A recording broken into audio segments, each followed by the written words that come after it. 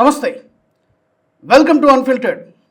భారత్లో మరొకసారి సిఏఏ తరహా అల్లర్లు సృష్టించడానికి కుట్ర జరుగుతోందా? వ్యవసాయ చట్టాలను తీసుకొచ్చినప్పుడు ఎంత విధ్వంసం సృష్టించారో మరొకసారి అలాంటి ప్రయత్నం జరుగుతోందా? ఢిల్లీ జంతర్ మంతర్ వేదికగా ఈ నెల 6న ధర్నాకు పిలుపునిచ్చింది కొత్త పార్టీ బొద్దింకల పార్టీ. అభిజిత్ భారత్కు రాబోతున్నాడు. ఈ నేపథ్యంలో మే 6వ తారీఖున ఏం జరగబోతోంది, అసలు దీని వెనక ఎవరున్నారు? Let's talk. నాతో స్టూడియోలో ఉన్నారు సీనియర్ జర్నలిస్ట్, అలాగే నేషనలిస్ట్ హబ్ CEO సాయికృష్ణ గారు. సాయి గారు నమస్తే. నమస్తే అండి. ఇది మరొకసారి ఇదే చర్చ జరుగుతోంది. మరొకసారి సిఏఏ లాగా అప్పుడు ఎంత అల్లర్లు సృష్టించారు, ఫార్ములాస్ తీసుకొచ్చినప్పుడు ఎంత నెలల తరబడి ఈ విధంగా సాగిందో, మరొకసారి అలాంటి ప్రయత్నం ఏదో జరుగుతోంది. ఎక్స్టర్నల్ ఫోర్సెస్ దీన్ని ప్రేరేపిస్తున్నాయని చెప్పి. సో ఇప్పుడు బేసికల్లీ కాక్రోచ్ జనతా పార్టీ అని ఒక పార్టీ ఏర్పాటైంది అని చెప్తున్నారు. అదేదో సెటైరికల్ మూమెంట్ అని కొంతమంది, సోషల్ మీడియా మూమెంట్ అని కొంతమంది ఏదో నడుస్తోంది. కాక్రోచ్ జనతా పార్టీకి సంబంధించి నాకు మీరు మెన్షన్ చేశారు అభిజిత్ దీప్కే. అతను యుఎస్లో ఉన్నాడు, యుఎస్లో బాస్టన్ యూనివర్సిటీలో చదువుతూ ఉన్నాడు. అంతకుముందు ఆమ్ ఆద్మీ పార్టీకి సోషల్ మీడియా స్ట్రాటజిస్ట్గా పనిచేశాడు. తర్వాత ఆయన ఎక్కడికి వెళ్ళాడు. సో యుఎస్లో ఉన్నటువంటి వ్యక్తి, ఆయన యాక్చువల్లీ ఆ అకౌంట్ని, కాక్రోచ్ జనతా పార్టీ అకౌంట్ని ఫ్రీజ్ చేశారు. బికాజ్ ఎందుకంటే బ్లాక్ చేశారు. ఈవెన్ దాని మీద కోర్టుకు కూడా వెళ్ళారు.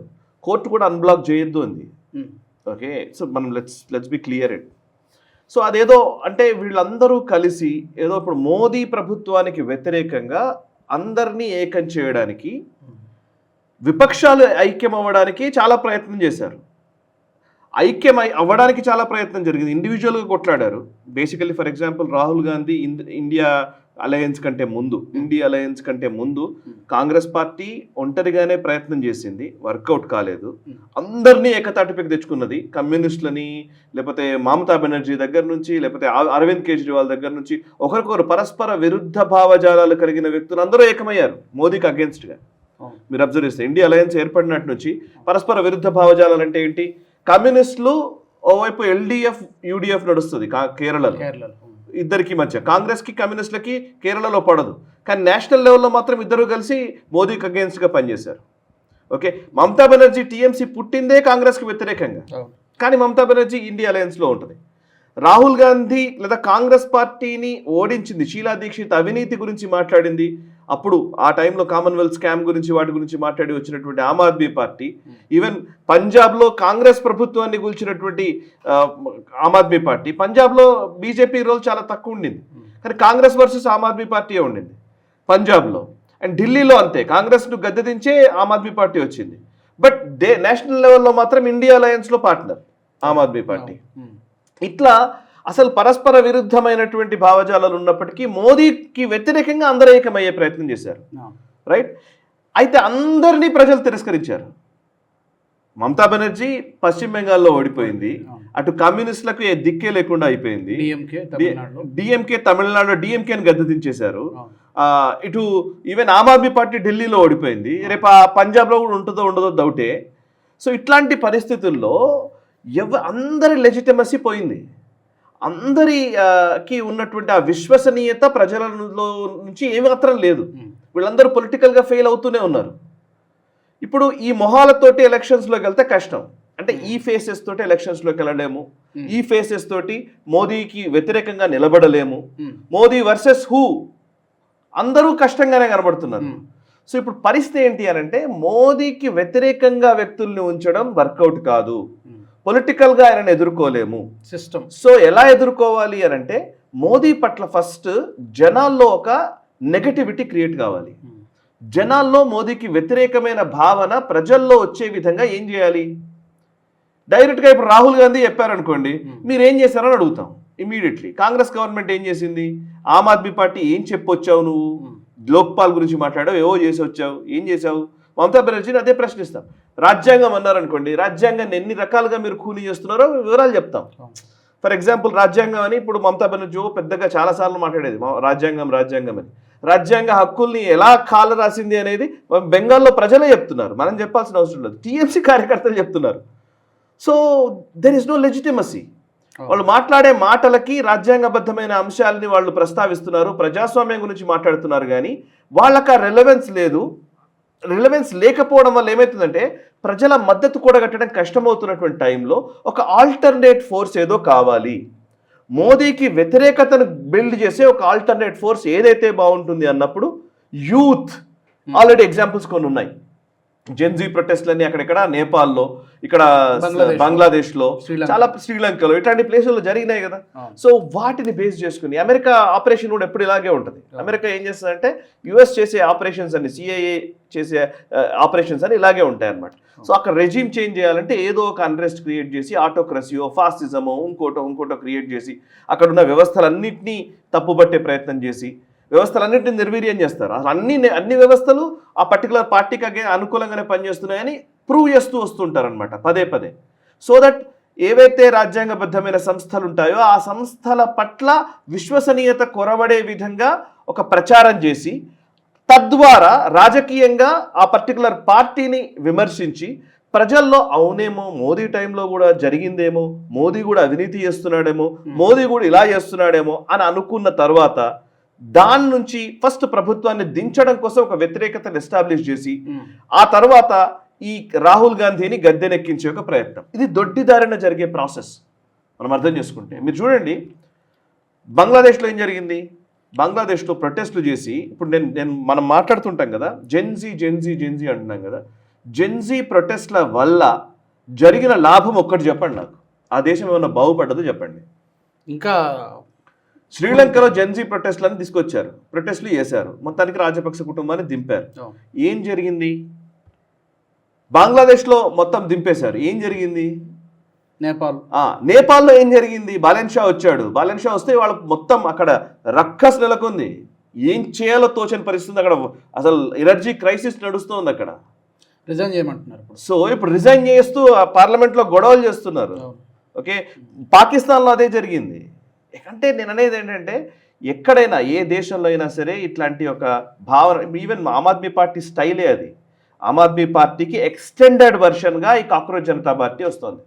Because Aam Aadmi party relevance కోల్పోయింది కాబట్టి, ఆమ్ ఆద్మీ అరవింద్ కేజ్రీవాల్ వచ్చి చెప్తే వినలేని పరిస్థితి, ఎవరు వినడు కాబట్టి ఇవాళ ఆయన ప్రాక్సీలని ముందు పెట్టి నడిపిస్తున్నాడు. ఇది సంగతి. ఇది అసలు ఓవరాల్గా కాక్రోచ్ జనతా పార్టీని డీకోడ్ చేయాలంటే ఇదే. సో వాళ్ళ ఎక్స్టెండెడ్ వర్షన్ ఎందుకు అవుతుంది ఆమ్ ఆద్మీ పార్టీ కంటే? వీళ్ళు ఎవరు జెన్జీకి సంబంధించిన రిప్రజెంటేటివ్స్ కాదు. వీళ్ళు భారతదేశానికి సంబంధించిన యువతరాన్ని ప్రతిబింబించేటువంటి వ్యక్తులు కాదు. వీళ్ళంతా సోకాల్డ్ వెస్టర్న్ వరల్డ్లో చదువుకొని వెస్టర్న్ ఇన్ఫ్లుయెన్స్తో నిజానికి చెప్పాలంటే విదేశీ భావజాలాన్ని కలిగి ఉండి ఈ దేశంలో ఒక అస్థిరతను రాజేసే శక్తులు. క్లియర్గా అర్థం చేసుకోవాలంటే వీళ్ళు క్వాలిఫైడ్ అంటే ఎలా qualified? Educationally qualified, but not politically, socially, morally corrupted people వీళ్ళు. అది అంతవరకు నేను చాలా స్పష్టంగా చెప్పగలను. వై? బికాస్ ఇక్కడ ఉన్నటువంటి వ్యక్తులు చెప్తాను. ఇప్పుడు ఎవరైతే కాక్రోచ్ జనతా పార్టీ వాళ్ళ ప్లాన్ చూడండి మీరు. June 6th అభిజిత్ దిక్కే ఇక్కడికి వస్తానన్నాడు. అది రావడం కూడా కాదు, యాక్చువల్లీ ఆయన డిపోర్ట్ చేస్తున్నారు యుఎస్ నుంచి అని కూడా మనకు కొన్ని కథనాలు వస్తున్నాయి. అది నిజమో కాదో మనం ఆయన వస్తే తెలుస్తుంది. వచ్చే టైంలో ఎందుకు ఎట్లా తెలుస్తుంది అని అంటే ఆ పాస్పోర్ట్ మీద స్టాంపింగ్ ఏ విధంగా ఉందనేది చూడాల్సి వస్తుంది. అదే అడుగుతున్నారు చాలామంది. ఇప్పుడు సోషల్ మీడియాలో అడుగుతున్నారు మీ పాస్పోర్ట్ స్టాంపింగ్ చూపించి నాకు అని. సో స్టాంపింగ్లో ఇది ఇమిగ్రేషన్ నిజంగానే అక్కడ నుంచి సజావుగా వచ్చినట్ట, డిపోర్ట్ చేశారా మనకు తేలిపోతుంది. అది చూపించకుండా ఏదో మతలబు చేయొచ్చు. ఇప్పుడు ఆయన ఏమంటున్నాడు, June 6th రోజు నేను వస్తాను, వచ్చిన వెంటనే నన్ను అరెస్ట్ చేయవచ్చు, సో మీరు అందరూ రండి, మనం ఇక్కడ నుంచి జంతర్ మంతర్కి వెళ్ళి అక్కడ నిరసన తెలుపుదామన్నారు.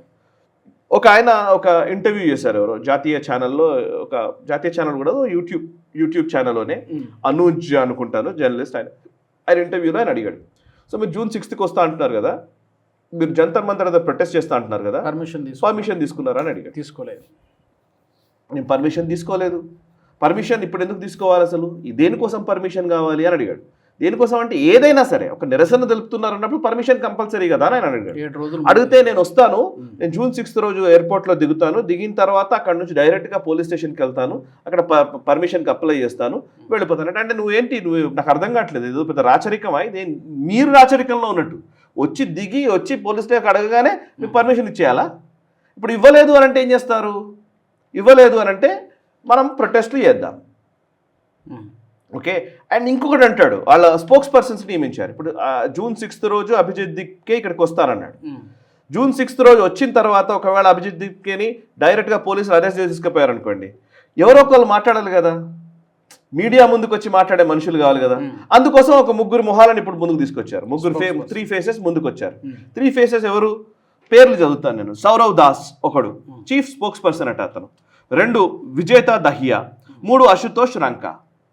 ఈ ముగ్గురు ఆమ్ ఆద్మీ పార్టీ నాయకులే, ఆమ్ ఆద్మీ పార్టీకి పనిచేసిన వాళ్ళే. వీళ్ళ ట్విట్టర్ హ్యాండిల్స్, ఇప్పుడంతా సోషల్ మీడియా యుగం. వాళ్ళు ఎవరు అని తెలుసుకోవాలనుకుంటే వాళ్ళ ప్రొఫైల్స్ మొత్తం తీసి పారేయలేరు కదా. అలా ఇప్పుడంటే ట్వీట్లు కొన్ని డిలీట్ చేస్తారు కావచ్చు, ఇంతకుముందు వాళ్ళ యాక్టివిటీ ఏంటి ఇవన్నీ కనుక్కుంటారు కదా. సోషల్ మీడియా ఉద్యమంలో ఉన్నప్పుడు సోషల్ మీడియాలో ఇవన్నీ తెలిసిపోతాయి కదా. ఇదే సౌరవ్ దాస్ అనేటోడు, ఇతను ఈ చీఫ్ స్పోక్స్ పర్సన్. ఇతను ఆమ్ ఆద్మీ పార్టీకి అలయన్స్ కలిగిన వాడు, ఆమ్ ఆద్మీ పార్టీ థాట్స్ని ముందుకు తీసుకెళ్ళిన వాడు. And at the same time liquor scam అసలు జరగలేదు, లిక్కర్ కేసు అనేదే తప్పు అని మాట్లాడినవాడు. అది కాక జడ్జిలకి మోటివ్స్ ఆపాదించిన వాడు. జస్టిస్ స్వర్ణకాంత శర్మ గారిని, ఆవిడకి ఆయన ఈ మోటివ్స్ ఆపాదించాడు. మోటివ్స్ ఆపాదించడంతో కోర్టు కంటెంప్ట్ ఆఫ్ కోర్ట్ కింద ఆయనకు నోటీసులు పంపించింది, కేసు నమోదైంది. సౌరవ్ దాస్ పైన కేసు ఉంది. వాళ్ళ ఆమ్ ఆద్మీ పార్టీకి సంబంధించినటువంటి వ్యక్తి, ఆమ్ ఆద్మీ పార్టీ చేలాగా పనిచేసినటువంటి వ్యక్తి కేజ్రీవాల్కి, అతను ఇప్పుడు చీఫ్ స్పోక్స్ పర్సన్. ఇంకోవైపు అశుతోష్ రంకా. అశుతోష్ రంకా ప్రొఫైల్ ఏంటి అని చూస్తూ ఉంటే, ఆయన ద ప్రింట్ అనే మ్యాగజైన్ కోసం అని రాస్తాడు, ప్రింట్ అనే వెబ్సైట్కి రాస్తాడు, ఆర్టికల్స్ రాస్తాడు. దాంట్లో ఆయన ఆథర్గా ఆయన రాసుకున్నదే ఉంది నాకు చాలా స్పష్టంగా. ప్రింట్లో ఆయన ఏముందంటే national spokesperson of Aam Aadmi Party అని రాసుకున్నాడు. So national spokesperson of Aam Aadmi Party Ashutosh Ranka. Of course ఆయన ఐఐటి కాన్పూర్లో చదివాడు, లండన్ స్కూల్ ఆఫ్ ఎకనామిక్స్లో చదివాడు. ఆమ్ ఆద్మీ పార్టీకి సంబంధించినటువంటి వ్యక్తి. ఆమ్ ఆద్మీ పార్టీ అని చెప్పొచ్చు కదా, ఎందుకు ఈ కాక్రోచ్ జనతా పార్టీ? మీరు ఆమ్ ఆద్మీ పార్టీతోనే పనిచేయండి. ఎందుకంటే ఆమ్ ఆద్మీ పార్టీ ఫెయిల్ అయింది కాబట్టి, ఇప్పుడు అరవింద్ కేజ్రీవాల్ అంటే జనాలు కొడతారు కాబట్టి ప్రాక్సీ సంస్థలాగా సపరేట్ సంస్థ పెట్టుకొని చేయడం. అంటే ఇదంతా ఏంటంటే జమాతే ఇస్లామీ అనేది లష్కరే తైబా పేరు మార్చుకొని ఇంకో ఆర్గనైజేషన్ అయినట్టు. ద రెసిస్టెన్స్ ఫ్రంట్ అంటాడు కాశ్మీర్లో. లష్కరే తైబా అనేది అనగానే ఇమీడియట్లీ శాంక్షన్స్ పడతాయి కదా. శాంక్షన్స్ పడకుండా ఉండాలంటే ఏం చేయాలి? లష్కరే తైబాకి సంబంధించిన అనుబంధ సంస్థగా ద రెసిస్టెన్స్ ఫ్రంట్ అని పహల్గామ్లో దాడి చేశాడు. అలాంటిదే ఈ ఆర్గనైజేషన్ కూడా. నేను టెర్రరిస్టులతో పోలుస్తున్నాను అనుకోవచ్చు కాక, ఇది కూడా అట్లాంటి టెర్రరిజమే. ఇది వైట్ కాలర్ టెర్రరిజం. ఇది మీరు నిజంగా పనిచేయాలనుకుంటే డైరెక్ట్గా పనిచేయచ్చు. ఎస్, నా ఇంక్లినేషన్ ఆమ్ ఆద్మీ పార్టీకి ఉంది అని డైరెక్ట్గా చెప్పమనండి, చూద్దాం ఎంతమంది ఓట్లేస్తారో చూద్దాం. ఎస్, నాకు అరవింద్ కేజ్రీవాల్ అంటే ఇష్టం అని మాట్లాడమనండి, మాట్లాడరు.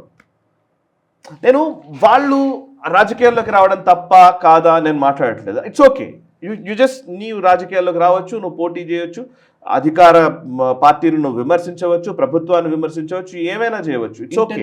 ఇంటెన్షన్. కానీ ఈ చుపాకే మాటలు ఎందుకు? ఇది నా ప్రశ్న. ఇప్పుడు విజేత దహియా అని ఇంకొక స్పోక్స్ పర్సన్ని వీళ్ళు నియమించారు. విజేత దహియా ఎవరు అని అంటే ధ్రువ్ రాఠీకి స్క్రిప్ట్ రైటర్.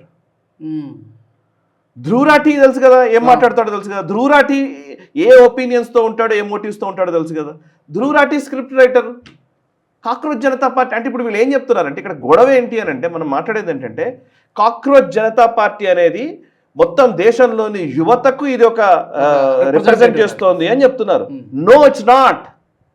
వీళ్ళు దేశ యువతను రిప్రజెంట్ చేయట్లేదు, ఆమ్ ఆద్మీ పార్టీని రిప్రజెంట్ చేస్తున్నారు, ధ్రువరాటి ఐడియాలజీని రిప్రజెంట్ చేస్తున్నారు, లేదంటే లెఫ్ట్ ఎకోసిస్టమ్ ఐడియాలజీని రిప్రజెంట్ చేస్తున్నారు, సిఐఏ ప్రాక్సీలుగా పనిచేస్తున్నారు. They are not representatives of Indian youth. ఇది క్లియర్ చేయాలంతే. వాళ్ళు ఎస్, మీరు కొట్లాడండి, నో ప్రాబ్లం. పొలిటికల్గా పోటీ చేస్తారా, రాజకీయంగా దిగుతారా, ఎమ్మెల్యేలు అవుతారా, ఎంపీలు అవుతారా, yes, you have every right to do that. But don't mislead people. ప్రజలకి, జనాలకి ఇవన్నీ తెలియక ఇన్స్టాగ్రామ్లో వీటిల్లో సోషల్ మీడియాలో చూసే వాళ్ళకి ఏమనిపిస్తుందంటే, వాళ్ళకేంటంటే నిజంగానే ఇదంతా యూత్ రిప్రజెంటేషన్ ఏమో, వీళ్ళంతా యూత్ కావచ్చు, చదువుకున్న వాళ్ళందరూ. మన దగ్గర ఒక దరిద్రం ఉంది ఇంకోటి, చదువుకున్న వాళ్ళంతా గొప్పవాళ్ళు అనే భావన. నేను అసలు దాన్ని పూర్తిగా ఖండిస్తాను. చదువుకున్న వాళ్ళందరూ ఏం గొప్పవాళ్ళు కాదు. చదువుకున్నవాడు వెల్ ఎడ్యుకేటెడ్ ఈడియట్స్ చాలామంది ఉన్నారు ఈ దేశంలో. అంటే మనము మాట్లాడుతుంటే చెప్తున్నాను, లాల్ బహదూర్ శాస్త్రి గారు బ్యారిస్టర్స్ ఏం చదవలే, కానీ ఆయన ఈ దేశపు ఆత్మ ఆయనకు తెలుసు. Okay, Jawaharlal Nehru western culture నుంచి వచ్చినవాడు. నిజంగా చెప్పాలంటే ఆ వెస్టర్న్ దాని నుంచే వచ్చినాడు ఆయన. సర్దార్ పటేల్ గారు ఏం కాదు మరి. సో మన దేశపు టిపికల్ పొలిటికల్ ఎన్వైరన్మెంట్ అర్థం కాక చాలామంది ఏమంటారంటే చదువుకున్న వాళ్ళంతా గొప్పవాళ్ళు, చదువుకున్న వాళ్ళంతా ఏదో అద్భుతాలు చేస్తారు అని మాట్లాడతారు. No, it's not. చదువుతో సంబంధం లేదు. దేశపు ఆత్మ అర్థం కావడం కోసం చదువుతో సంబంధం లేదు. చదువు ఒక అదనపు బలము లేదా అదనపు అర్హత అవుతుందేమో. చదువు మాత్రమే లెక్క కాదు. అలా లెక్కేస్తే అందరు ఐఏఎస్లు ఐపీఎస్లే ప్రభుత్వాలు నడపాలి. బట్ పొలిటికల్ లీడర్కు ఉండేటువంటి పొలిటికల్ మెచ్యూరిటీ అనేది చాలా ఇంపార్టెంట్. రాజకీయ పార్టీలకు ఉండేటువంటి ఆ మెచ్యూరిటీ చాలా ఇంపార్టెంట్. అండ్ చాలామంది ఇప్పుడు నాకు మొన్ననే ఆమ్ ఆద్మీ పార్టీ గురించి మాట్లాడుతూ ఉంటే నేను కూడా ఒక జర్నలిస్ట్గా నేను నా స్వీయ అనుభవం నుంచి మాట్లాడుతున్న మాటలు ఇవి. ఆమ్ ఆద్మీ పార్టీ రైజ్ని కోరుకున్న వాళ్ళం మనం వచ్చిన కొత్తల్లో. అంటే ఆమ్ ఆద్మీ పార్టీ కాదు, అక్కడ కావాల్సింది ఏంటంటే అన్నా హజారే అనే వ్యక్తి చెప్పినటువంటి మాటలు ఏంటి? అవినీతి వ్యతిరేక ఉద్యమం గురించి ఆయన మాట్లాడాడు. అవినీతి లేని భారతదేశం వస్తుందేమో అన్న ఒక ఆశ ప్రతి ఒక్కడికి ఉంటుంది. ఆ ఆశకు అనుగుణంగానే ఆమ్ ఆద్మీ అనే పేరు వినగానే ఆమ్ ఆద్మీ అంటే నిజంగా ఒక సగటు సామాన్యుడికి సంబంధించిన పార్టీ ఇది అనిపించేలాగా అతని యాక్టింగ్ కూడా మనం చూసాం. వ్యాగనార్ కార్లో రావడము, మఫ్లర్ జుట్టుకోవడము, మధ్యలో రాని దగ్గుతూ ఉండడము, కాఫ్ చేస్తూ ఉండడము, షర్టు కూడా చాలా లూజ్గా ఉండే షర్ట్లు వేసుకొని మామూలు షర్ట్స్ పెట్టుకొని ఒక రినాల్డ్స్ పెన్ను పెట్టుకొని, నాకు తెలుసు కదా యాక్టింగ్ అంతా తెలుసు. సో అప్పుడు చూడగానే మనం ఏమనుకున్నామంటే ఆమ్ ఆద్మీ పార్టీ అంటే చాలా గొప్ప వ్యక్తి ఏమో అరవింద్ కేజ్రీవాల్, నిజంగానే ఎంత సామాన్యమైనటువంటి జీవితం గడుపుతాడేమో అని మనం అనుకున్నాం. ఏమైంది? శీష్ మహల్లో ఉన్నాడు ఆయన, లిక్కర్ స్కామ్ చేశాడు. ఎంత దారుణమైన వ్యవహారాలు ఉన్నాయో మనకు తెలుసు కదా. ఆర్మీకి సంబంధించినటువంటి వాళ్ళ దాని ఏమంటారు వాళ్ళ గౌరవాన్ని తగ్గించే విధంగా వ్యాఖ్యలు చేశాడు. ఏం అవినీతి వ్యతిరేక ఉద్యమం చేశాడు? ఎంతమందిని అరెస్ట్ చేశాడు? షీలా దీక్షిత్ గురించి మాట్లాడాడు. ఏమైంది? కాంగ్రెస్ పార్టీతో పొత్తు పెట్టుకున్నాడు. పవన్ ఖేరాకు వ్యతిరేకంగా మాట్లాడాడు. అదే కాంగ్రెస్ పార్టీతో పొత్తులో ఉన్నాడా లేదా? సో పాయింట్ ఏంటంటే, సో మనం అనవసరమైన మిస్లీడ్ అవ్వకూడదు మనం. సో అదే ఉద్యమం నుంచి వచ్చినటువంటి వ్యక్తుల్లో ఇప్పుడు అన్నా హజారే గారే ఆయనని డిజైన్ చేసుకున్నాడు. నా దగ్గర అప్పుడు ఉన్న వ్యక్తి కాదు ఈ అరవింద్ కేజ్రీవాల్, ఇతను పూర్తిగా కరప్టెడ్ ఫెలో అని చెప్పేసి అన్నా హజారే అన్నాడు. చాలా మంది బయటకు వెళ్ళిపోయారు నిజానికి. అన్నా హజారే డైరెక్ట్ గా అన్నాడు. సో ఏమైంది? మనం అనవసరంగా ఒక టైంలో ఒకటి వచ్చేసి ఒకరిని లేపి కూర్చుండబెట్టారు, అయిపోయింది. ఇప్పుడు పంజాబ్లో కూడా నేను స్టోరీలు నేను చదివాను, నేను కూడా రాశాను ఒక సందర్భంలో. ఆమ్ ఆద్మీ పార్టీ పంజాబ్లో గెలిచిన సందర్భంలో కూడా, పంజాబ్లో అధికారంలోకి వచ్చిన తర్వాత కూడా అప్పుడు ఏమనుకున్నాము, ఒక మొబైల్ షాప్ నడిపే వ్యక్తికి ఎమ్మెల్యేని చేశారు అని. అట్లాంటి స్టోరీలు వచ్చాయా లేదా? ఒక మామూలు వ్యక్తులకు చాలామందికి టికెట్లు ఇచ్చి వాళ్ళందరూ ఎమ్మెల్యేలు అయ్యారు అని. మనం అందరం ఏమనుకుంటామంటే ఒక సామాన్యమైన వ్యక్తి వచ్చి సీట్లో కూర్చుంటే అద్భుతంగా పనిచేస్తాడనేది మన ఒక భావన, మన సైకలాజికల్లీ. లిటరల్లీ అదేం కరెక్ట్ కాదు. ఇన్ఎఫిషియన్సీతో కూడినటువంటి ఒక ఎమ్మెల్యే వల్ల సమస్య ఈ దేశానికి. దో మేబీ మంచోడు కావచ్చు కాక, మంచితనం మాత్రమే ప్రామాణికత కాదు, సమర్థత కూడా చాలా ఇంపార్టెంట్. ప్రభుత్వానికి ఉండేటువంటి అంటే అఫ్ కోర్స్ సామాన్యులు కాకూడదా అంటే కావాలి, సామాన్యులకు టికెట్లు ఇవ్వాలి, వాళ్ళు రావాలి. కానీ ప్రభుత్వాన్ని నడిపే వ్యక్తికి విజన్ లేకపోతే సామాన్యుడైనా కానీ ఏం చేయలేడు. చదువుకున్నవాడు కూడా ఏం చేయలేడు. చదువుకున్నవాడు కరప్టెడ్ అయ్యాడు అనుకో ఏంటి పరిస్థితి? కపిల్ సిబల్ గంటకింత అని లక్షల డబ్బులు తీసుకుంటాడు సుప్రీంకోర్టులో వాదించడానికి. కాసబ్కి కూడా వాదిస్తాడు. మరి ఆ మోరాలిటీ లేని చదువు ఎందుకు? సో అంటే మనం కన్ఫ్యూజ్ కావద్దు. నేను మాట్లాడేది కూడా అదే. ఎస్, ప్రజలకు నిజంగానే ఒక మార్పు కావాలనుకుంటే let them choose, no problem. Electoral process ఒకటి ఉంటుంది, ఆ ప్రాసెస్కి అనుగుణంగానే మనిషి వెళ్ళాలి. అంతేగాని ఈ ప్రాసెస్ని డీవియేట్ చేస్తూ నాకు అనుకూలంగా ఉన్నప్పుడు ఒకలాగా, నాకు వ్యతిరేకంగా ఉన్నప్పుడు ఒకలాగా అనే ఒక భావన ఉంటుంది చూసారా, అది మోస్ట్ డేంజరస్ థింగ్. అదే సాయి గారు, ఇక్కడ ఇది చాలా క్లియర్గా ఆమ్ ఆద్మీ పార్టీకి బీ టీమ్ అని ప్రాక్సీ సంస్థ అని అర్థమైపోతుంది ఇప్పుడు మీరు చెప్పిన దాన్ని బట్టి. రెండోది, ఒక కొన్ని గంటల్లోనే మిలియన్ల కొద్ది ఫాలోవర్లు వీళ్ళందరూ వచ్చారంటే డెఫినెట్గా ఎక్కడి నుంచో ఫండింగ్ వస్తుంది, డెఫినెట్గా డీప్ స్టేట్ నుంచో సిఐఏ నుంచి వస్తుంది. అట్లా కూడా అన్నాను. మీకు ఒక సింపుల్ లాజిక్ చెప్తానండి. నేను ఇప్పుడే జస్ట్ మీ ముందర నేను ఓపెన్ చేస్తాను, వెయిట్ ఎ మినిట్. ఇప్పుడు ఇన్స్టాగ్రామ్లో వీళ్ళు మాట్లాడుతున్నారు ఫాలోవర్స్ అంటారు. ఇన్స్టాగ్రామ్లో కాక్రోచ్ జనతా పార్టీకి యాజ్ ఆఫ్ టుడే ఇప్పుడు నేను ఓపెన్ చేసిన దాని ప్రకారం 21.1 మిలియన్ ఫాలోవర్స్ ఉన్నారు, 22 మిలియన్ల ఫాలోవర్స్ ఉన్నారు. దీన్ని ఏం చేస్తారు? కాక్రోచ్ జనతా పార్టీ భారతీయ జనతా పార్టీకి లింక్ చేస్తారు. బీజేపీ కాంగ్రెస్ ఎవరికి ఎంత ఉన్నాయని చెప్తారు. ఫాలోవర్స్ ప్రకారమే మనుషులు లెక్కలోకి వస్తే నేను చెప్తున్నాను, విరాట్ కోహ్లీకి 273 మిలియన్ల ఫాలోవర్స్ ఉన్నారు. ఓకే, సన్నీ లియోన్కి 54.6 మిలియన్ ఫాలోవర్స్ ఉన్నారు. సన్నీ లియోన్ని వాళ్ళ ప్రధానమంత్రిని చేసేద్దాం, ఓకేనా? పాపులారిటీని బేస్ చేసుకొని మనం అసలు ఏం మాట్లాడుతున్నాం మనం? కనీసం కామన్ సెన్స్ ఉండాలి కదా. ఫాలోవర్స్ ఏంటి అసలు? ఓటర్ల గురించి మాట్లాడండి, ఎంతమంది ఓట్లు వేస్తారు అది మాట్లాడండి. సో అసలు దీని వెంటనే ఎక్కడో ఆ దేశంలో ఉంటారు, ఈ దేశంలో ఉంటాడు, నన్ను అసలు అవన్నీ మాట్లాడదలుచుకోలే. కాక్రోచ్ జనతా పార్టీకి ఫాలోవర్స్ ఉన్నారు కాబట్టి ఎవరికి ఎక్కువ సోషల్ మీడియాలో ఫాలోవర్స్ ఉంటే వాళ్ళే ఆ పార్టీ అధికారంలోకి వస్తుందని పెడదాం మరి ఒక రూల్. ఇక రూల్ ఆఫ్ లా ఎందుకు, రాజ్యాంగం ఎందుకు, ఓటర్లు ఎందుకు, ఓట్లు ఎందుకు? అసలు ఇప్పుడు మరి అలా లెక్కేస్తే నరేంద్ర మోదీ గారికి 101 మిలియన్ ఫాలోవర్స్ ఉన్నారు, 101 మిలియన్ల ఫాలోవర్స్ ఉన్నారు నరేంద్ర మోదీ హ్యాండిల్కి. మరి ఓకే, అలా లెక్కేస్తే మరి సో అంటే నేను ఒక్క లెక్కనే ఆలోచించకూడదు. ప్రాబ్లం ఏంటంటే ఇదే ప్రాబ్లం, వీళ్ళ ఇమ్మెచ్యూరిటీయే ప్రాబ్లం. వాళ్ళు చాలా మాట్లాడతారు, ఏమంటారు ఇమీడియట్గా వీళ్ళు అడిగేది ఏంటి, ధర్మేంద్ర ప్రధాన్ రాజీనామా చేయాలి నీట్ ఎగ్జామ్కి సంబంధించి. అదే వాళ్ళు మాట్లాడిందని వాళ్ళే కాంట్రడిక్ట్ చేస్తున్నారు. వాళ్ళ ప్రెస్ మీట్లో ధర్మేంద్ర ప్రధాన్ రాజీనామా చేయాల్సిందే అని అంటే ఒక లెక్క, ఏవో కొన్ని నిర్ణయాలు తీసుకున్నారు, ఆ నిర్ణయాలతోటి సమస్య పరిష్కారం కాదు అంటే ప్రభుత్వం ఇప్పుడు కొత్తగా నిర్ణయాలు తీసుకుంది, అంటే కొన్ని దాన్ని ఏమంటారు సంస్కరణల వైపు అడుగులు వేస్తూ కొన్ని నిర్ణయాలు ప్రకటించింది. ఇలాంటి సంస్కరణల వల్ల ఏం ప్రయోజనం లేదు, రూట్ కాజ్లోకి వెళ్ళాలి, ధర్మేంద్ర ప్రధాన్ రాజీనామా చేయాలంటాడు. రూట్ కాజ్లోకి వెళ్ళాలని నువ్వే అంటావు, ధర్మేంద్ర ప్రధాన్ రాజీనామా చేయాలంటావు. ధర్మేంద్ర ప్రధాన్ రాజీనామా చేసినా రూట్ కాజ్లోకి వెళ్ళాల్సిందే కదా. అసలు ఏం మాట్లాడుతున్నారు ఇప్పుడు? నిజంగానే ఇది మోరాలిటీస్ గురించి మనం మాట్లాడాలనుకుంది. ఇప్పుడు నీకు లాల్ బహదూర్ శాస్త్రి గారి టైంలో ఒక ట్రైన్ యాక్సిడెంట్ జరిగిందని ఆయన రాజీనామా చేశారు. మనం అనేక ఉదాహరణలు ఉన్నాయి, లేవని కాదు, బట్ అవే ఉదాహరణల్ని ఇవాళ మనం ఉటంకించలేము. ఒక చిన్న కేసు ఫైల్ అయితే పోటీ చేయనని చెప్పినటువంటి నాయకులు ఉన్నారు ఇక్కడ ఈ దేశంలో. అలా అని చెప్పి ఇవాళ కేసు ఉన్నవాడల్లా రాజకీయాల్లోకి రాకూడదు అన్నాం అనుకోండి, చాలా సగానం పార్లమెంట్ ఖాళీ అయిపోతుంది. పార్లమెంట్ ఖాళీ అవ్వడం కాదు, అసలు అందులో ఎన్ని మంచి కేసులు, ఎన్ని నిజమైన కేసులు, ఎన్ని బనాయించిన కేసులు ఎట్లా తెలుస్తుంది? ఇలా బనాయించిన కేసులు కూడా ఉన్నాయి కదా. ప్రభుత్వంలో నేను ఉన్నానంటే నీ పైన కేసులు పెడుతూనే ఉంటా, 100 కేసులు పెడతా. అలాంటి సంస్కృతి వచ్చిన తర్వాత మనం అనుకునే స్ఫూర్తి ఆల్మోస్ట్ పక్కకు వెళ్ళినట్టే. మన స్ఫూర్తి, మన మొరాలిటీ ఎప్పుడు కరెక్ట్ అవుతుంది అని అంటే కనుక అంతా సిస్టమ్ సరిగ్గా ఉన్నప్పుడు నేను చెప్పే మొరాలిటీ వర్కౌట్ అవుతుంది. ఈ మొరాలిటీకి వెళ్ళే కదా వాజ్పేయి గారు ఒక్క ఓటుతో ప్రభుత్వం పోయిందండి వాజ్పేయి గారిది. సో ఇప్పుడు కాంగ్రెస్ పార్టీ ఎన్నిసార్లు ఆర్టికల్ 356 ప్రయోగించింది, ఎంతమందిని బర్తరఫ్ చేసింది, సీల్డ్ కవర్లో ముఖ్యమంత్రులను నియమించింది, అసలు ఇంగ్లీష్ రాదన్న నెపం మీద ముఖ్యమంత్రుల్ని తీసేసింది. సో వీళ్ళు వచ్చి వాళ్ళ మళ్ళీ మనం ప్రజాస్వామ్యము రాజ్యాంగం అని మాట్లాడుతుంటే ఏం మాట్లాడతాం మనం? సో అంటే ఎమోషన్, నేను అనేది ఇదే మాటలు ఇప్పుడు యంగ్స్టర్స్ ఎట్లా అయిపోయారంటే ఇప్పుడు సోషల్ మీడియాలోకి వచ్చిన తర్వాత ఇవన్నీ మనం మాట్లాడుతున్నాం. ఇంతకుముందు ఒక 30 ఏళ్ల క్రితం ఇలాంటి మాటలే నమ్మి, అప్పుడు సోషల్ మీడియా లేదు, అంటే ఇది ఏ కాలంలో అయినా జరుగుతుంది, నేను అనేది ఈరోజు జరుగుతుంది కొత్తది అని నేను చెప్పట్లే, ఇలాంటిది ఎన్నోసార్లు జరిగింది అంటున్నాను.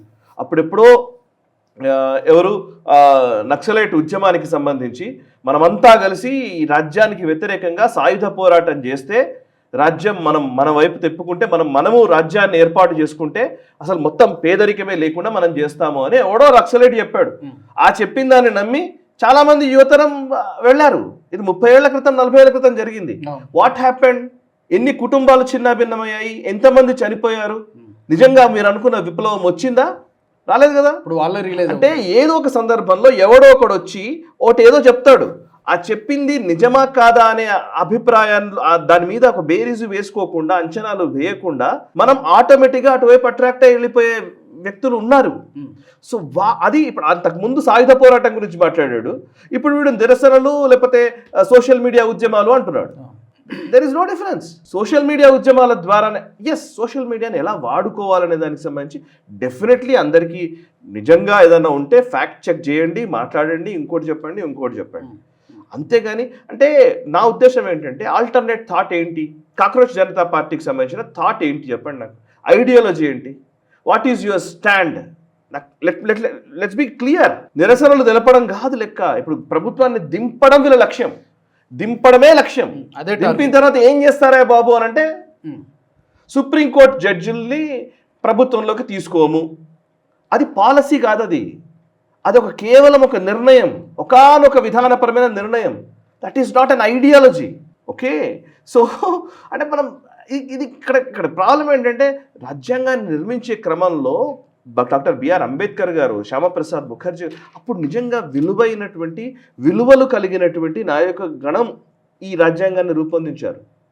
వాళ్ళు చెప్పిన లెక్క ప్రకారమే ఇవాళ ఏదో బీజేపీ వచ్చి చేస్తున్నటువంటి ఇంప్లిమెంట్ చేస్తున్నటువంటి విషయం కాదు. ఈ మాత్రం కామన్ సెన్స్ లేకపోతే ఎట్లా? ఎంతమంది ఎలక్షన్ కమిషనర్లు కాంగ్రెస్లో పనిచేశారో తెలుసా? కాంగ్రెస్లో టికెట్లు తీసుకున్న వాళ్ళు పోటీ చేశారండి. ఎలక్షన్ కమిషనర్గా పనిచేసిన వాళ్ళు, చీఫ్ ఎలక్షన్ కమిషనర్లు, సుప్రీంకోర్టు జడ్జిలు పనిచేశారు. అంటే ఎవరైనా సరే రిటైర్మెంట్ తర్వాత ఆయన రాకూడదా రాజకీయాల్లోకి రాకూడదని ఏ రాజ్యాంగం చెప్పింది?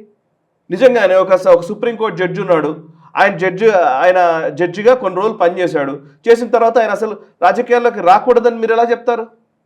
ఒక ఐపీఎస్ ఆఫీసర్ ఉన్నాడు, ఆయన ఐపీఎస్ అయిపోయిన తర్వాత రాజకీయాల్లోకి రావాలనుకుంటాడు. అది బేసిక్ హక్కు, రాజకీయాల్లో పోటీ చేసే హక్కులను మీరు కాలరాస్తారా? సో అది అవన్నీ చూడడానికి బాగుంటాయి, వినడానికి తక్కువని ఇమీడియట్గా అరే భలే ఉంది అనిపిస్తుంది. సోషల్ మీడియా కాంటెంట్ ఎప్పుడు అలాగే ఉంటుంది. కానీ నిజాలు కొంచెం లోతుగా దాన్ని అధ్యయనం చేస్తేనే అర్థమవుతాయి. నేను చెప్పాలనుకున్నది అది. సో ఈ కాక్రోచ్ జనతా పార్టీ బొద్దింకలలాగానే, బొద్దింకల వల్ల ఎంత ప్రయోజనం ఉంటుంది అని అంటే పుడుతూనే ఉంటాయి, వాటిని పెస్ట్ కొడుతూనే ఉండాలి, పుడుతూనే ఉంటాయి. టర్మైట్స్ కొడుతున్న కొద్దీ పోతుంటాయి, హిట్ అవసరం అవుతూ ఉంటుంది. ఏంటి దానివల్ల ప్రయోజనం? ఈ బొద్దింకలను ఇంట్లో మొత్తం బొద్దింకలు అట్లా వ్యాపిస్తూ ఉంటే ఏమైనా చూస్తామా? అండ్ నిన్న ఒక వ్యక్తి చెప్పాడు, చాలా అద్భుతంగా అనిపించిన మాట అది. నిన్న ఒకరు చెప్పిన మాట, అసలు భారతదేశపు యువతరాన్ని బొద్దింకలతో పోల్చడం ఏంటి? భారతదేశ యువతరం చాలా ఒక రకంగా చెప్పాలంటే చాలా శక్తివంతమైన యువతరం ఉంది మన దగ్గర. అయితే గీతే పులులతో సింహాలతో పోల్చండి, బొద్దింకలతో పోల్చడం ఏంటి? అంటే బొద్దింకల్లాగా కనబడుతున్నారా యూత్? వీళ్ళకి జెన్జీ బొద్దింకల్లాగా కనబడుతున్నారా? ఏంటి నీ లాజిక్ ఏంటి దీంట్లో చెప్పు, నాకు అర్థం కాదు. ఏమంటారంటే ఒకడు పోతే 10 మంది పుడతారు, ఒకడు పోతే 10 మంది పుడతారు, ఇట్లా చెప్పే విప్లవాలు తీసుకొచ్చారు. ఒక నేను ఇవాళ చనిపోవచ్చు, రేపు పొద్దున 10 మంది విప్లవకారులు పుడతారు అని అన్నాడు. ఎంతమంది పుట్టారు? ఇవాళ పోయారు అందరు పాపం. సార్ ఇక్కడ ఒక ప్యాటర్న్ గమనిస్తే మనకు సిఏఏ టైంలో చూసాం, చాలా అల్లర్లు సృష్టించేటువంటి ప్రయత్నం చేశారు. ఫార్ములాస్ తీసుకొచ్చినప్పుడు రైతులు, పర్టికులర్గా పంజాబ్ హర్యానాలో రైతులు అనేటువంటి పదాన్ని వాడుకొని విధ్వంసం సృష్టించారు. నెలల తరబడి కొనసాగింది. అప్పుడు రైతులను వాడుకున్నారు. ఇప్పుడు విద్యార్థుల్లో ఉన్నటువంటి ఎక్కడో ఏమోలో ఉన్నటువంటి అసంతృప్తిని ఇప్పుడు విద్యార్థులను వాడుకోవడానికి ఈ బొద్దింకల పార్టీ సిద్ధమవుతుంది. ప్యాటర్న్ ఒకేలా కనిపిస్తుందా? ఇప్పుడు ప్యాటర్న్ ఈజ్ సేమ్ మోడస్ ఆపరెండి, ఇది ఇందులో ఏం డిఫరెన్స్ లేదు. ఇదంతా కూడా పక్కా ప్లాన్ ప్రకారం జరిగే ఆపరేషన్స్. ఇదేంటంటే వాళ్లకు డిస్సెంట్ కావాలంతే. భారత ప్రభుత్వానికి వ్యతిరేకంగా ఒక నెరేటివ్ని బిల్డ్ చేయాలి. ఏ నెరేటివ్ కూడా నిలబడలేదు ఇప్పటివరకు. అన్ని నెరేటివ్స్ని డిస్మాంటిల్ చేస్తూ వస్తుంది బీజేపీ. బికాజ్ వాళ్ళు పనిలో చాలా వాటిని చూపిస్తూ ఉన్నారు. ఓకే, కొన్ని సందర్భాల్లో వాళ్ళు వెనుక జరుగుతున్నారు కూడా. ఫార్ములాస్ విషయంలో చూస్తే మోదీ గారు పర్వాలేదు అనుకున్నాడు, ఆయన పక్క వచ్చి దేశ హితం కోసం నేను వెనక్కి తీసుకుంటున్నాను అన్నారు. సో అంటే పొలిటికల్లీ ఆ వ్యూహాలు, ఆ ప్రతి వ్యూహాలు పన్నము, అంటే ఎదుటి పార్టీలను ఎలా చిన్నాభిన్నం చేయవచ్చు, ఇందులో వాళ్ళు దిట్టలు, దాంట్లో డౌట్ ఏం లేదు. సో నిజంగానే వీళ్ళు ఎన్ని ఉద్యమాలు చేసుకుంటూ వచ్చినా, ఏం చేసుకుంటూ వచ్చినా అని దాన్ని ప్రూవ్ చేస్తూ వచ్చారు. షార్జిల్ ఇమామ్ అనేవాడు సిఐఏ ఆందోళన టైంలో నార్త్ ఈస్ట్ని కట్ చేయాలి, నార్త్ ఈస్ట్కి వెళ్ళేటువంటి సిలిగురి కారిడార్ని కట్ చేయాలని చెప్పి స్టేట్మెంట్ ఇచ్చాడు. తీసుకెళ్ళి లోపల పెట్టారు, నిర్దాక్షిణ్యంగా చేశారు, తీసుకెళ్లారు. అండ్ ఇంకోటి, ఇక్కడ మనం డిసెంట్ అనుకుంటున్నారేమో, ఇదేమో ఊరికే ప్రజాస్వామ్య దేశంలో ఇదంతా నిరంకుశంగా వ్యవహరిస్తున్నారు, అది ఇదని మాట్లాడుతున్నారేమో. లేదు, పంజాబ్లో ఒక టెర్రరిస్ట్ గెలిచాడు మొన్న ఎంపీగా. ఓకే, అండ్ ఈవెన్ కాశ్మీర్లో ఒక టెర్రరిస్ట్ గెలిచాడు. కాశ్మీర్లో టెర్రరిస్ట్ గెలిచాడు మొన్న, బారాముల్లా అనుకుంటా వాడు గెలిచింది. టెర్రరిస్ట్ గెలిచాడు ఎలక్షన్స్లో. ఎలక్షన్సే ప్రాసెసే, దీనికి ఏం సంబంధం లేదు. They are very clear at running a state, దాంట్లో డౌట్ ఏం లేదు. ఇవన్నీ ఎక్కడైనా జరుగుతూనే ఉంటాయి. ఇవాళ మోదీ గురించే మాట్లాడాలనుకుంటే కనుక నిజంగానే ప్రజాస్వామ్య దేశము, క్షేత్రస్థాయిలో పనిచేసేవాళ్ళు ఎవరు, క్షేత్రస్థాయిలో ఉన్నవాళ్ళు చెప్పండి నాకు. ఇప్పుడు నేను ఇమ్మీడియట్గా అడుగుతున్నాను, వీళ్ళందరూ డైనాస్ట్ కాదు, వాళ్ళ కుటుంబ రాజకీయాల నుంచి వచ్చిన వాళ్ళు కదా. రాహుల్ గాంధీ ఫాదర్ ఎవరు? ఆయన ఏమన్నా రైతు కుటుంబం నుంచి వచ్చాడా రాహుల్ గాంధీ? అఖిలేష్ యాదవ్ రైతు కుటుంబం నుంచి వచ్చాడా? ఎవరు రైతులు వీళ్ళు? ఓకే, మనం మాట్లాడాలనుకుంటే అసలు ఓవరాల్గా మాట్లాడితే కూడా మరి నరేంద్ర మోదీ నేపథ్యం చూడండి, ఎక్కడి నుంచి వచ్చాడు ఆయన నేపథ్యం ఏంటి? ఆయన దేశం మొత్తం తిరిగి వచ్చారు. దేశం మొత్తం ఏ ఏరియాలో ఎట్లాంటి కల్చర్ ఉంటుందో తెలుసు, సంస్కృతి తెలుసు. ఆయన పక్కనున్న టీం అజిత్ దోవలో ఎస్ జయశంకర్ గారో లేకపోతే వీళ్ళ టీం విషయంలో వాళ్ళకి ఏమైనా ఆపాదించగలరా? 12 సంవత్సరాలు అవుతుంది. ఒక్క కరప్షన్ అలిగేషన్ ఒక్కటన్నా ప్రూవ్ చేయగలిగారా, తీసుకురాగలిగారా? వీళ్ళ కరప్షన్ అంతా ఏంటి? అంబానీ అదాని. మరి అమెరికన్ గవర్నమెంట్ ఇట్లా నడుస్తుంది. వాళ్ళ బిల్ గేట్స్ను లేకపోతే పెద్ద పెద్ద కంపెనీల అధినేతల్ని, ఎలాన్ మస్క్ని ఇట్లాంటి వాళ్ళని చూపించే కదా నడిపించేది. చైనా ఎలా నడుస్తుంది? అలీబాబా దగ్గర నుంచి మెయిన్ జైంట్స్ని చూపిస్తారు కదా వాళ్ళు. మరి వాళ్ళనే తీసుకుంటున్నారు ఇప్పుడు కాంగ్రెస్ పాలిత రాష్ట్రాల్లో కూడా వాళ్ళు ఇన్వెస్ట్మెంట్లు తీసుకుంటున్నారు. ఎగ్జాక్ట్లీ. సో మనం ఏదైతే మాడుతున్నామో అవన్నీ తప్పని ప్రూవ్ అవుతున్న కొద్దీ వాళ్ళ లెజిటమసీ కోల్పోయినటువంటి విపక్షాలకి ఒక అదునుగా కాక్రోచ్ జనతా పార్టీ అనే ఒక హ్యాష్ ట్యాగ్ దొరికింది. నాట్ ఏ పార్టీ, ఒక హ్యాష్ ట్యాగ్ దొరికింది, కాక్రోచ్ అనే హ్యాష్ ట్యాగ్. ఈ కాక్రోచ్ అనే హ్యాష్ ట్యాగ్ని బేస్ చేసుకుని వీళ్ళందరూ పనిచేస్తున్నారు. నిజానికి కాక్రోచెస్ ఎక్కడుంటాయి? కాక్రోచెస్ ఎక్కడుంటాయో తెలుసు కదా, సింకుల్లో, ఆ పైపుల్లో, లేకపోతే దాని ఏమంటారు డ్రైనేజ్ పైపుల్లో బతికే కాక్రోచెస్ని యువతరానికి లింక్ చేస్తున్నారు వీళ్ళు. అది అన్యాయం. ఈ దేశపు యువత, వివేకానందుడు చెప్పిన ప్రకారం ఈ దేశపు యువత చాలా సమర్థవంతమైన యువత. ఈ దేశపు యువత మేల్కొంటే ఎలా ఉంటుందో వివేకానందుడు చెప్పారు. సో ఇప్పుడు వీళ్ళు చెప్పాల్సిన అవసరం లేదు. వీళ్ళు చెప్పే ఈ కాక్రోచ్ల వల్ల ఏమీ కాదు. అదే మొత్తానికి మీరు అన్నట్టుగా ఈ వీళ్ళ ఎజెండా చాలా స్పష్టంగా ఉంది, అర్థమైపోయింది. కాబట్టి ప్రజలు ఆ విజ్ఞత ఉంది, విద్యార్థులకు ఇంకా విజ్ఞత ఉందని మనం భావిద్దాము. చూద్దాం మే 6వ తారీఖున ఏం జరగబోతుందో. డెఫినెట్గా అరెస్టుకు రంగం సిద్ధమవుతున్నట్టు కనబడుతుంది. Thank you very much Sai గారు. Thank you. మరి ఈ ఎపిసోడ్కి సంబంధించి మీ విలువైనటువంటి అభిప్రాయాలు కూడా తప్పకుండా మీరు కామెంట్ సెక్షన్లో తెలియజేయవచ్చు. ఈ బుద్ధింకల పార్టీ ఏం చేయగలుగుతుంది, వీళ్ళ ఎజెండా ఏంటి, వీళ్ళ టార్గెట్ ఏంటి, దీనికి సంబంధించి మీ ఒపీనియన్స్ని కామెంట్ సెక్షన్లో పెట్టండి. వచ్చే ఎపిసోడ్లో మళ్ళీ కలుద్దాం. జై హింద్. ఈ వీడియో మీకు నచ్చినట్టయితే లైక్ చేయండి, 10 మందికి షేర్ చేయండి. అలాగే కామెంట్ల రూపంలో మీ అభిప్రాయాలను మాతో పంచుకోండి. Nationalist hub group of channels ను సబ్స్క్రైబ్ చేసుకుని తెలుగునాట జాతీయవాద జర్నలిజాన్ని ప్రోత్సహించండి. ఈ వీడియో కింద ఉన్న బెల్ ఐకాన్ పై క్లిక్ చేయడం మర్చిపోవద్దు.